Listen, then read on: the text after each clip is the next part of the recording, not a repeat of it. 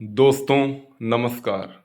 आप जिन भी चीज़ों के बारे में बोल पा रहे हैं, आप जिन भी चीज़ों के बारे में बात कर पा रहे हैं, सच कहूँ तो आप उसकी सतह ही जान पाए हैं। जब आप उस चीज़ की गहराई में जान जाते हैं, तब आपको और ही कुछ पता चलता है। सतह कुछ और होती है और गहराई कुछ और होती है। तब आप बोल नहीं पाते, तब आप देख लेते हैं कि बोलना क्या होता है। हमारी जिज्ञासा, हमारे सवाल, ये सब कहाँ से आ रहे हैं और आखिरी में सच कहूँ तो सवाल मर-सा जाता है और नहीं उठता कि नागार्जुन क्या सिखा गए, बुद्ध क्या सिखा गए।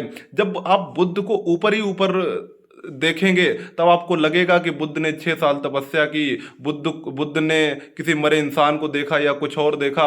उनके अंदर और सह नहीं पाया और घर छोड़ दिया और तपस्या से उनको ज्ञान प्राप्त हो गया। ये बहुत सतही बातें हैं, ये कथा रूपक बातें हैं। आप वास्तव में बुद्ध को नहीं जान पाए हैं। बुद्ध को तब ही जाना जा सकता है जब बुद्ध ही हुआ जाए। बुद्ध माने विद्रोह।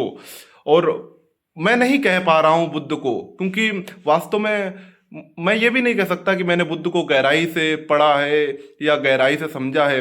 मैं वास्तव में नहीं कह पा रहा हूँ। मैंने किसी वीडियो में नागार्जुन की बात की। जब मैंने नागार्जुन को और गहराई से पढ़ा, तब मेरे मेरे बात करने का जो ढंग है, मेरे बात करने, मैं नहीं बात कर पा रहा हूँ नागार्जुन के बारे में। और वास्तव में मैंने नागार्जुन को नहीं पढ़ा है उतना, तब मैं नहीं बात कर पा रहा हूँ। मैं और पढ़ना चाहूँगा नागार्जुन के बारे में, और मेरे अंदर ऐसी कोई जिज्ञासा नहीं है कि मैं नहीं पढ़ पा रहा हूँ या मैं कुछ नहीं कर पा रहा हूँ।